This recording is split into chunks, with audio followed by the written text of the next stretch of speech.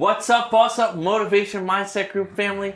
We're here back with another episode with my good friend, Nick Gargano, an amazing human. He is an entrepreneur, a real estate investor, and a luxury yacht captain, and much, much more. We're going to dive into deep mindset with him. Welcome to the show, brother. Thank you for having me. Yeah, Appreciate it. absolutely. So Nick has a really interesting story, and I think that it'll provide a lot of value and insight for you to see the mind of somebody who's made a complete 180 in their life, right? Somebody who's turned it around from rock bottom to success beyond measures, right? So we're gonna dive in with Nick and just give us a little bit of background of who you are, where you come from, All right. and let him take it over. So first of all, thank you for having me. Of course.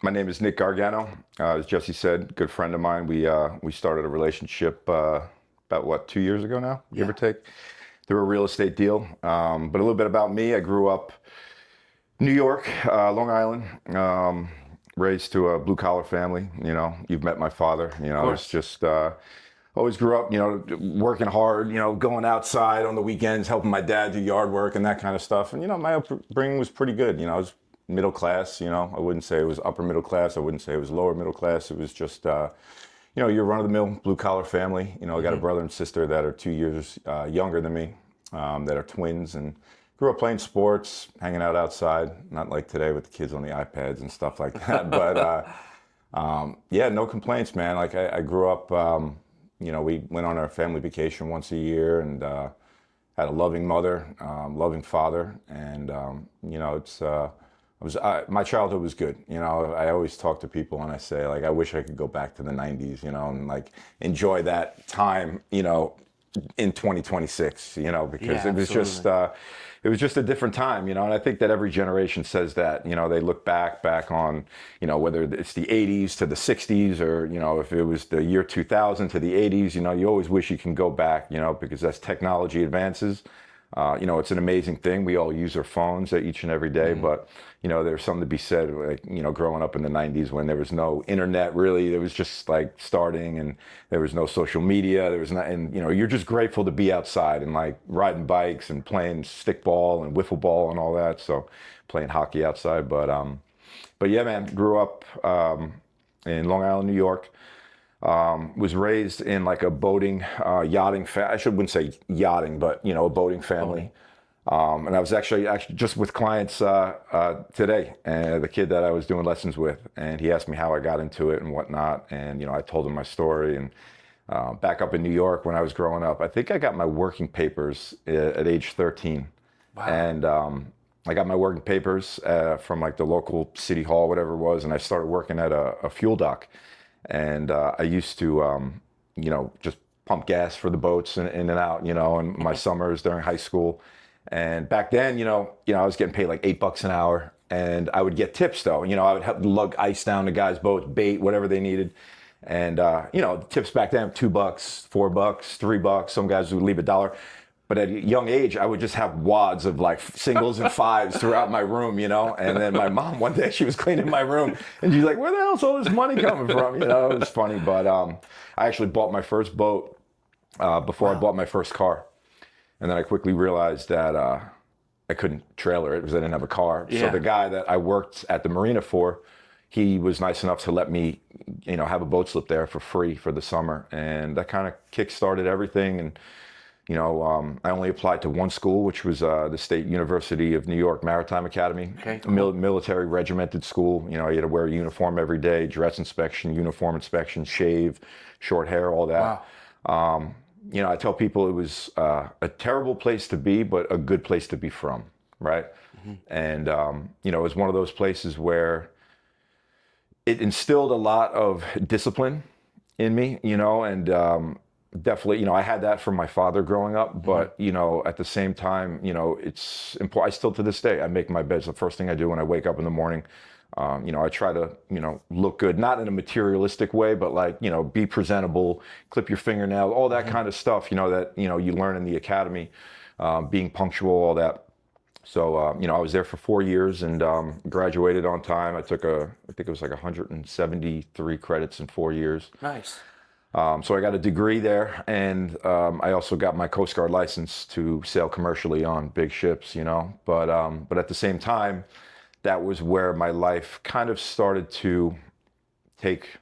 I started to deviate off course a little bit, you know, and from a young age, you know, I always wanted to be liked by people, right? Like I'm a people pleaser, you know, which is good in certain things, but in other aspects, it's kind of could be detrimental, you know. Of course. I want to be liked. Like, who doesn't want to, you know, have people smiling and this and that. So, like I said, from a young age, like I always wanted to fit in, and I genuinely did fit in. You know, it's not that I had an issue, you know, finding friends or anything like that, but I felt the need to be friends with like every clique and every crowd, you know. And going on through college, you know, I was at that military academy, you know, and I felt like I was like missing out on the college experience, you know. So I'd go home sometimes on the weekends because the school was in the Bronx up in New York. I lived out on Long Island, and it was only like a 45-minute drive. So on the weekends I'd come home. And, you know, even in high school, you know, I started drinking and partying a little bit, you know, but it wasn't like unmanageable at any point then, you know. But as I was in college, I started to dabble with, staying out later, drinking more, starting to do drugs. And it like slowly progressed, you know, throughout my college, career, in my 4 years that I was there. And then I graduated college in 2010. I graduated then, and at that time, the economy was still kind of in the. Can I curse on here or no? Or no? I won't curse. The economy was kind of in the dumps. the dump then, you know, after the '08 thing. So there wasn't a lot of good jobs, but at that time, my college had the highest starting salaries in the nation. Wow. Guys, you know, there was not unheard of to, you know, back then to you get out, you're making 120, 130 grand a year, you know. And, you know, at that time I landed a job right out of college. And my first gig was I was running a big tug and barge unit down out of New Orleans, Louisiana. Wow. So I would work out on the ships and the boats for, 28 days. And then I'd be home for 14. And I go back for 28 and back for 14. And I was making good money, like I said. And that was where, the next stage of my life really started to progress, because at this time I started to party more. I started to experiment with more drugs and whatnot. And, I felt like I was filling some kind of void, of, still to this day, like today I work a program of Narcotics Anonymous, and, they teach you step work and whatnot and getting a sponsor. And I've done a lot of step work with my sponsor, to try to identify why we do things in life, right? Why we use drugs, why we use alcohol, why we, gamble, overeating, shopping, and I've learned that over the years, it's all those things are just symptoms, right, of what we call the disease of addiction, right? Whether people want to call it a disease, whether it's not a disease, I'm not a doctor, you know what I mean? You can believe whatever you want to believe, but I've learned that over the years, like I said, those are just symptoms, right? And there's always underlying issues that cause us to go and turn to these vices, right? No matter what, there could be a million different things.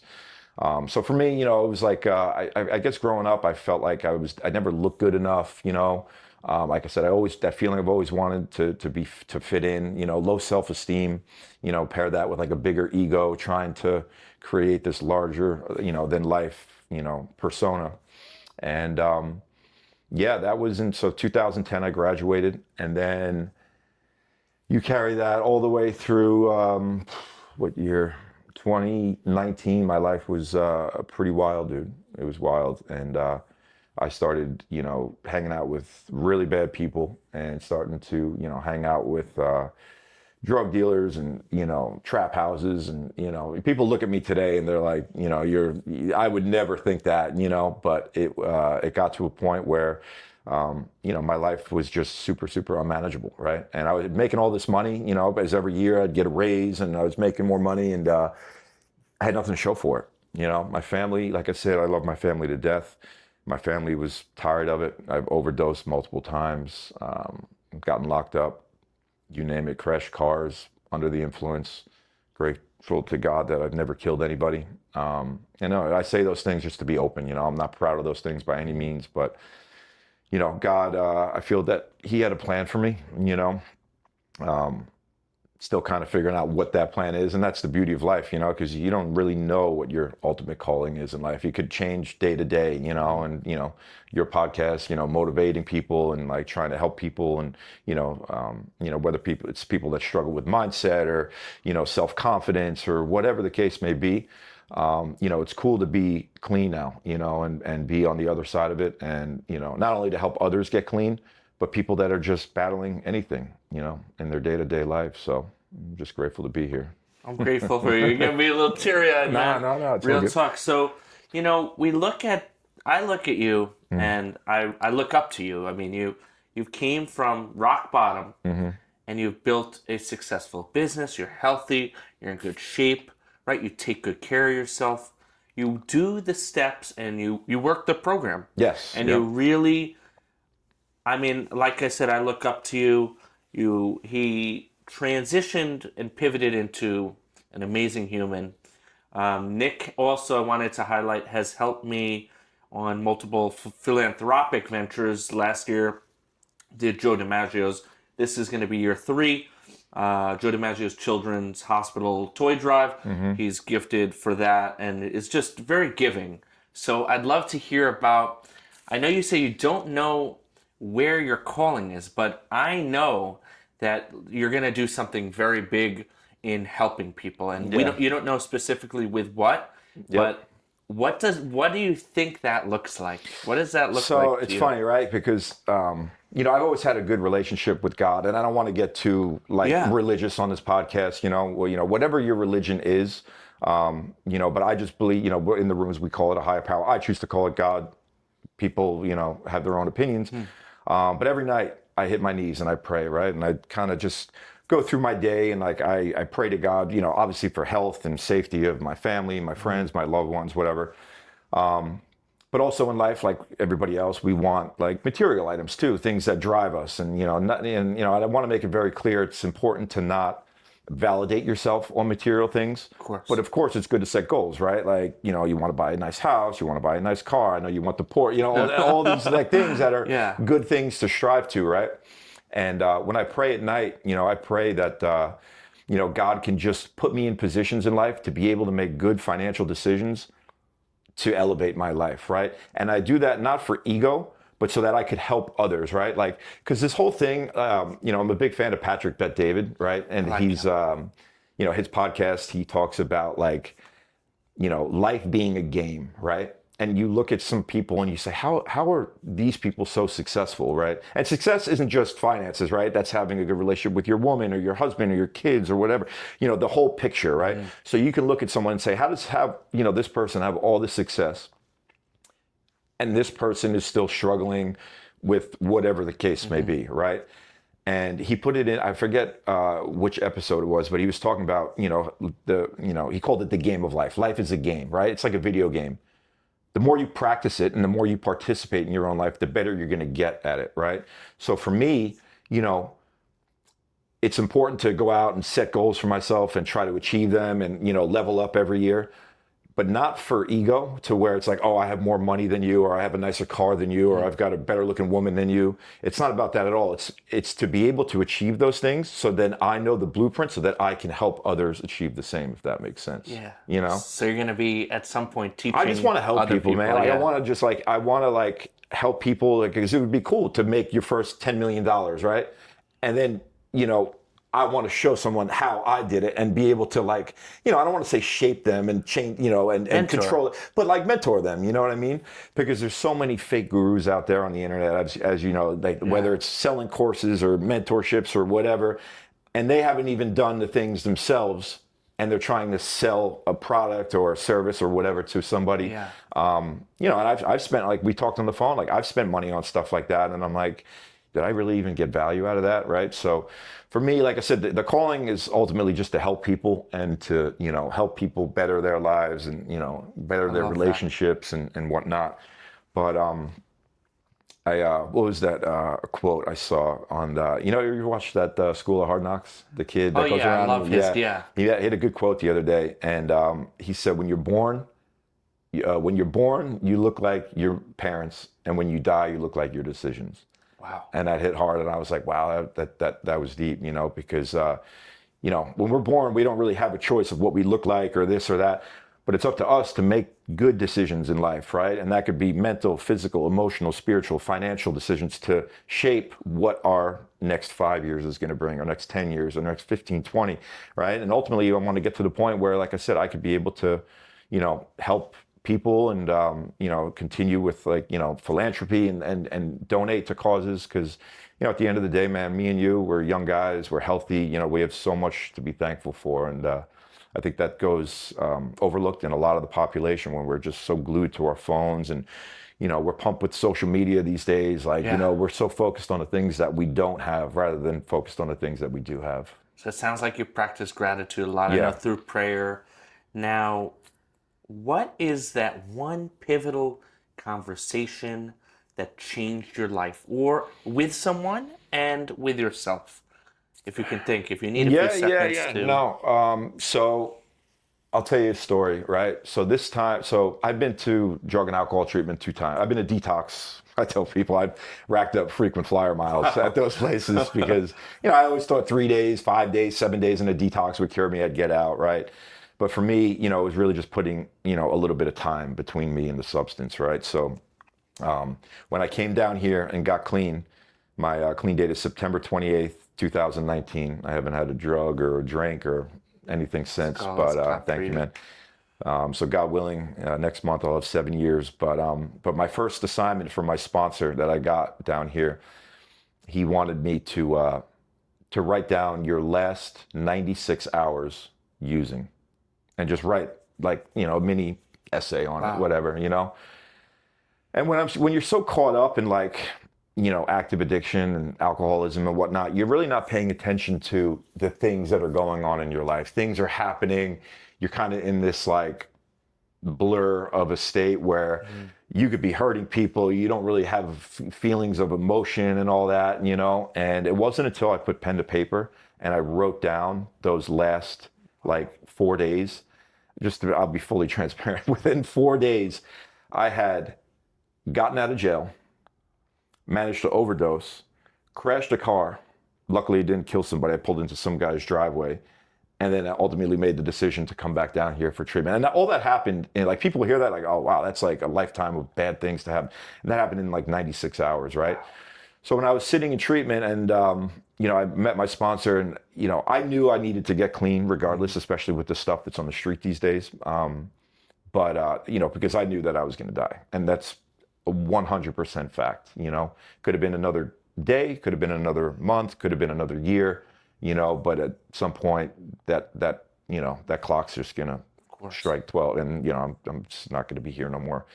So I knew I needed to come down and get treatment. And they say in the rooms people stop using when the pain gets great enough. And unfortunately, so they say for every rock bottom, every time you think you hit rock bottom, there's another trap door, right? Mm-hmm. And I tell people it's like an elevator. It's up to us to decide what we could make our bottoms whatever we want it to be. I've seen it because I go to meetings. I've seen friends. Some people, their rock bottom is losing custody of their kids. Some people, their rock bottom, they overdose. Some people, their rock bottom is a DUI. Some people, their rock bottom is what, and then ultimately, some people's rock bottom is death. Unfortunately, right? And alcoholism and addiction runs in my family pretty hard. It's mainly on my mother's side. My mom's sister passed away at age 41 from alcoholism. Her brother is my godfather is in recovery. He's got 13 years. Don't quote me on that. Sorry, Uncle Frank, if I got the date wrong. But he's got some serious time. Recently, I had to bury my cousin who passed away. So, whether it's a genetic thing or if it's a nature versus nurture kind of thing, I'm not a doctor to decide that. But like I said, it's a shame when, people's rock bottom is the only way out is death. But, I made that decision, like I said, when I put that pen to paper for my sponsor, and I realized how bad my life was getting, and noticed, because at this point I was writing stuff down. And now I'm clean now. I've been clean 30, 45 days. And now I've got a clear head that I'm processing these emotions and holy, crap. I crashed a car. My mother, how did that make my mom feel? how did that make my brother feel, my sister, my aunt, all these people, and it was like at that point where I was just like, I have to just restart, and I'm just got to totally disconnect from everything that I knew up in New York. And there's people that can get clean in their home state, but for me, I needed to get out of my environment to come down here to be able to start fresh. And like I said, that was the second time in treatment. My first time that I was in treatment the year before, a bunch of bad stuff had happened prior to that, but I always thought I could drink again. I'm like, I'm not an alcoholic. The drugs are what's causing all this chaos in my life. The drugs are the things that are getting me arrested. The drugs are the things that are affecting my health. And I had that reservation, and I came home. I only stayed clean for like, I don't know, I want to say it was like 4 months, 5 months. Then I wound up picking the drink up again. And it's crazy how quickly my life went right back to what it was, Wow.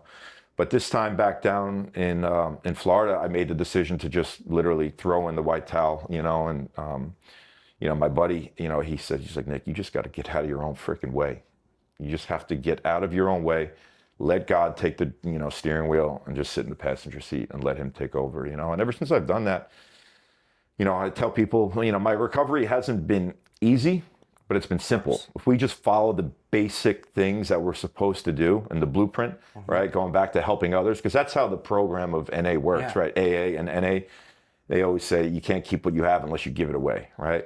So, for me, to be able to help someone, whether it's mentally, physically, emotionally, spiritually, financially, you know what I'm saying? All these things that I could try to, better a person's life. I'm going to try to do that today, and it's just one of those things that, like I said, my calling, obviously it's a broad thing, like, to help people, but like, I really want to dial in, I love training like new captains, guys that are just coming up, getting sea time and stuff like that.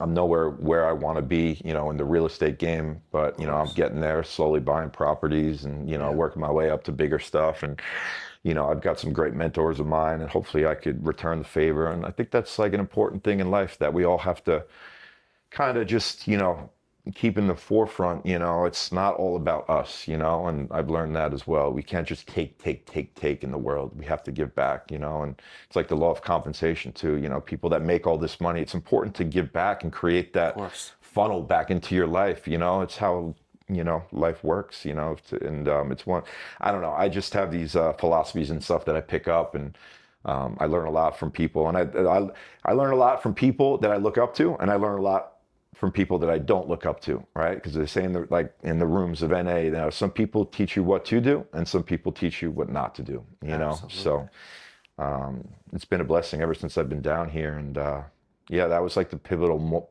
point when I started writing and doing step work, putting pen to paper to change my life. So you've done all the hard work and you continue to do the hard work mentally, spiritually, financially, and in all realms. Now, what is next for you? What are you hoping to build in the next year, 5 years, 10 years? Like, you're going to leave a mark on the world, Yeah. and you're already doing that through all different ventures. Like, are you looking to do more things with, like, sponsoring more people in NA, AA, and in that realm? Or what does that look like to you? Yeah, so recently, like, my meeting attendance hasn't been what it was when I first got Okay. clean. My first year or two, like, I used to go to meetings every day, right? They have this, they want you to go to 90 meetings in 90 days. But I pretty much went to a meeting a day for the first year and a half, right? And anytime I've tried to help people, I've always tried to recommend that. Just to build that good foundation, right? And it's the same thing building anything in life, right? Like if you're going to build a house from the ground up, if you've got a weak and, ratty foundation, built on, not good soil, Yeah. the house is not going to last. It ain't going to hold up, right? So building that foundation is important. So, today, like I said, I don't go to as many meetings as I used to, but I do enjoy going. Not that I don't believe I need a meeting to stay clean today, but it is good for me to meet maybe a newcomer. I've gone to meetings where people are crying, just dying to just get clean, right? Because they might have used earlier that morning or whatever. So yes, definitely to help others, get clean is definitely on my, what plans of doing next. As far as business ventures go, the real estate game. I'd really like to get into some bigger commercial properties. That's another thing I've learned about myself, right? Like I'm a very impatient guy, and it all ties back to addiction, right? Like I want that instant gratification. I want everything now, and I'm not perfect. I look at people and like, not in like a jealous manner, but like I always want like, how come he has that and I don't, And it's a terrible way to think. It's just that I want everything now. And I think that like I've changed my life and like I deserve this, and then it's like, Nick, pump the brakes. Things, will come in time, And there's that saying that fast success builds ego, slow success builds character. Love these lessons you're you know, dropping. yeah, and it's one of those things where, I've seen it. These young cats. I remember during, I think it was 2020, late 2020, 2021. I was doing a lot of yacht charters, right? Wow. Like because the rest of the country shut down, everyone flocked, to Florida. And dude, I was taking out these young cats that were like 20, 21 years old, throwing around money, tips, bottle service, taking them to Kiki up down in Miami. And I'm like, what the hell are these guys doing? And they're like, oh, we made a bunch of money on the Dogecoin run, crypto. Oh, yeah. I don't really know much about crypto, but it's stuff like that like proves my point. These guys make the money quick and then they spend it quick. It's that ego mentality, right? And I truly believe that like God, has a plan for me, when it comes to, financial success. And I am super blessed to be like, if I was to just continue out living the way that I do now, like I can't complain. God has been amazing to me. He's blessed me in so many ways with business ventures. You've been on some of the boats that I've run. I have clients that are all 8-9 figure, individuals. I've met 3 billionaires since I've been down here in South Florida. And it's crazy for me to think that I can network with these people when just, if they knew my life 8 years ago, 7-8 years ago, they'd be like, who is this? This Muppet. So, I'm truly blessed to be able to, break bread with these people and learn from them. And I just have to remember that, like, slow down, small success day over day is, probably a lot more humble than that overnight success. I was telling you, I started, I've always invested in the stock market, but I've started traded options and whatnot. And I actually just sold another one this morning. Nice, let's go, man. It's like an 87% return this morning. And, I get cocky, with myself. And I'm like, and I talk to my friends that trade options. They're like, dude, you're just getting lucky. I'm like, no, but I do some research on it too, I enjoy like, researching companies and looking at the P&Ls. But yeah, in the future, man, like, obviously all that. My mother always says, when you're going to find like a woman, there's, and get married and kids and whatnot. And, if it happens, it happens. But, it would be nice to have like a nice family one day. I do write down goals each and every year, as for, December 31st, I'll write, my goals, and I'll write a 1-year plan, a 5-year plan, a 10-year plan. And I also have a journal too that I, kind of write in just, things that I'm grateful for that I currently have. A little bit of manifestation, right? Nice. And all that kind of stuff. But, manifestation is great, but you also have to put the work in. I feel like a lot of people talk to themselves and like, I manifest this into my life, but then they don't put in any work to get it. You know what I'm saying? Because, we're at a day and age today with technology and everything. Yes, it's very difficult for the younger generation to go out and buy a house today and whatnot. Things are super expensive.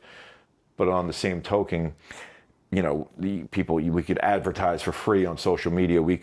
There's a lot other ways to make money today. You know what I'm saying? So you just have to kind of pivot with the times, right? And, me from real estate and everything, doing our first few deals together. Real estate right now, I don't want to say it's dead, but it's tough to make, a 12% return nowadays, So I've kind of pivoted and the stock market's on fire. So now I'm going to invest in the stock market. And then when that train ends, then we go back into whether it's real estate, buying a small business. I'd like to be a business owner. I've got a lot of ideas. It's just that maybe it's a little bit of laziness on my part, with my time that I have, time management. I've got a bunch of things going on in my life, but I'd like to maybe start or buy a small business, and not just for myself, but at the same time you bring other people on board, and you're supplying food and putting food on the table for other people. So I think awesome. that's why all these guys like Elon Musk and whatnot get a bad rap. Oh, they don't pay taxes and this and Trump and whatever. It's like, yeah, but they employ thousands and thousands of people. I think when what was it, the Tesla, not the Tesla, the SpaceX IPO created like 84 million new millionaires or something, or 100, something like that. So, when you have that kind of success, right? And that's financial success. Like I said, there's a bunch of other pieces, right, of life that to me are successful, right? Freedom is huge.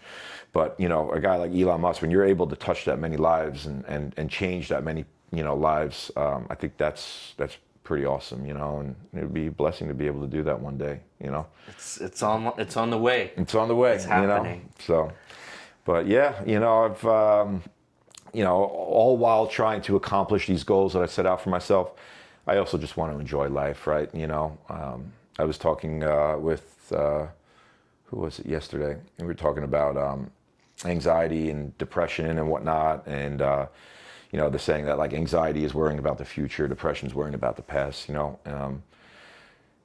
we lose track. I mean, at least me, I could only speak for myself, but I could see it in America. We lose track of the here and now so easily today. We're so focused, like I said, on the phone. What's going to happen tomorrow? What's going to happen next week? Dwelling on what happened 2 weeks ago, a month ago, a year ago. And don't get me wrong, trauma and stuff is definitely real for people, Of course. But I think the importance of living in the here and now and focusing where your own 2 feet are, because that's all we have, It's, what's that other saying? Yesterday's history, tomorrow's a mystery. Today is a gift. That's why they call it The present. That's it. So I say that to some people. They're like, "What?" So let me ask you, how do you stay present when you are successful? You have a lot of access to, life. How do you stay grounded and stay the course, right? You can easily go back to what you were doing 7 years ago, right? That's always there. But how do you stay focused on the mission of attaining success, philanthropy, all of that, right? Because does it come into your mind sometimes thinking, oh, just one time or... So I don't really think about using hard drugs anymore. I really don't. Great. There are times that, fleeting thoughts that come and go. It would be nice to, I live down in Dania Beach, down by the, I have a nice ocean view. I'm like, man, after a long day, it'd be nice to just sit on my balcony and smoke a joint, relax, right?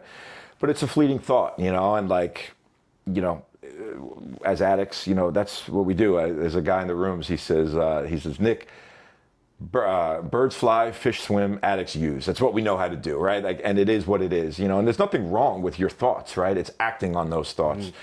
But for me, staying grounded, like, getting exercise, going out and going to the gym, that keeps me grounded. And always like focusing on the task in hand, and going back to what I said earlier about that Patrick Bet-David quote, about life being a game, you know what I'm saying? It's, I'm like, okay, like let's get to the next level of this game, you know what I'm saying? Because like you could just for me, I kind of just replace a thought. It's easier said than done for, I know, a lot of people, especially in early recovery, if they're trying to get clean, because they say that the brain takes, when I was in treatment, they told us like between 16 to 18 months to fully regenerate its neurons and everything. I know people that still aren't, right, man, like people that have used like drugs like meth and like hardcore, guys that kind of still twitch a little bit, and it's I don't mean to laugh at it, but it's true. Like the synapses and whatever, the neurons in your brain, it's wild. But today, like I said, I think that physical exercise is one of the best things for, I've always loved the gym and everything. Obviously, I wasn't going when I was using and drinking, but I run in the morning. I used to hate running, but like now I look forward to it. I don't do anything crazy, 2.5 miles, but I put my headphones in, I go for my jog, clear my head in the morning, and it's like the best way to start my day. And I feel like once I do that, it's like nothing. People cut me off in traffic. I'm like, whatever. If I don't go for my run in the morning, someone cuts me off, I want to pull out my Glock 19 on I-95 or something, but... well, don't do that. No. We can't have that. No, but it's... it's for me, it's staying grounded is and also gratitude, like you said, thinking about the things that I do have, right? And gratitude to me is an action word, right? It's very easy for people to say, oh, I'm grateful, I'm grateful, I'm grateful, right? But what are you doing to really prove that you are grateful, right? Are you giving back? Are you helping others? Or when people need a lending hand? My mother always says that I'm like too nice, because like I'll try to like help everybody and I put other people's needs before mine sometimes, which is true, but at the end of the day, I do believe that it is important to, live as what I believe God wants us to live, in such a manner, right? To, like I said, help others. And that could look a million different ways, man. Like, someone that's moving from an apartment to a new apartment, giving them an extra hand, helping someone financially, just having to sit down with somebody and making them smile. I'm a big smile guy. Some people call me Nicky Smiles because I love to laugh and joke around. And, even at Publix, when I go to the store and stuff, like, I'm like a softie if I could feel that, like, the person that's checking me out, whether it's like a younger girl, is like struggling with some sort of mental like thing going on, like, I don't want to say I feel like I want to cry, but I want to like help them so badly. You know what I mean? So it's like, even just as much as smiling at them, saying that their hair looks good or whatever. Because sometimes people, like, if you're in a little bit of a funk, that's all you need. You know what I'm saying? Just to get your mind off things for a quick second and pivot, and, God gave us, free will and all of our senses and the ability to speak to one another. And, I think it's important to, boost people up. In this world today, there's a lot of like tearing each other down. You've seen it on social media. People post these things that I've seen. That's why I deleted Instagram. Like, there's so much hate out there, and people like comment this stuff, and it's like, I don't know if it's bots or what, but like, who is the time to write a reply on someone's post to tear them down that lives halfway across the country? They don't even know who they are. You know what I mean? And I just feel that, like, if we kind of just all came together in this world and, made people laugh and smile, and it would just be a lot better of a place. I know that's kind of like pipe dreams, but, and all that affects like physical health too. I believe that like people that operate in that manner are probably prone to living like a longer life. When you live in like the negative and you live in the victim mentality and you live in the hateful mentality, you're doing damage to the person that you're talking to, but you're also doing damage to yourself, Dude, you've dropped so many gems, so much value. I know that whoever's listening to this podcast will definitely get a lot of wisdom, knowledge, just any really other lessons and principles you want to instill to someone who's, struggling with either addiction or they don't feel confident or successful. What other last parting words can you give for someone to help them really, as I say, boss up and be their best self? I've heard another good quote, right? And simple, but they say it's never too late to restart your day, right? And that resonated with me when I heard that, because we can wake up one morning, right? And this doesn't just apply to addiction or recovery or anything like that, but we can wake up one morning and just, you ever have like, I'm the first one to admit it. Like, I don't live a perfect life at all. Like, I don't want to make it sound like I'm perfect, but like, I could go to plug my phone charger in, right? And if it doesn't go in after like the third try, I'm like, God, I'm like, and then it sets the day off like weird. And then I drop something, whether it's my coffee in the kitchen or something, whatever. And it just seems like, I'm like, oh, here comes this day. But to like be able to take a step back, right? And then like it all goes back to the gratitude thing. It's like, these are first world problems. You know what I'm saying? Some people don't even have electric. Some people don't have a coffee machine, all these things. And just restart my day, right? Because I think that that's really important. People let they'll let actions and things that happen to them, not just in the day, but earlier in the year, at their childhood, kind of like dictate the rest of their life, and I'm grateful, I'm blessed that, I had a loving family growing up, but being in the rooms of Narcotics Anonymous, I've heard a lot of like things that have happened to people, whether it's abuse, all different kinds growing up, watching parents fight physically, mentally, socially, all that kind of stuff. And like I said, I feel for those people because, like, I can't relate. I've never been in their shoes.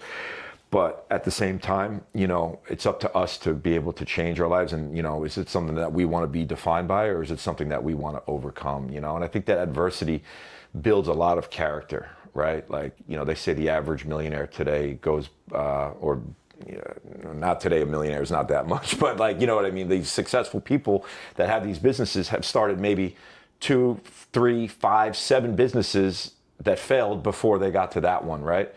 So I think it's important, a piece of advice, is like I said, being able to step back at any point in your day and restart it, right? And know that it's okay to just take a deep breath and start over. I've dealt with it. I've made bad business decisions, and I've made bad decisions on how I've reacted to certain things that have happened to me. But again, living in the here and now, that's all we could focus on. If I'm going to dwell on something that happened 7 months ago, a year ago, 3 years ago, I can't change that.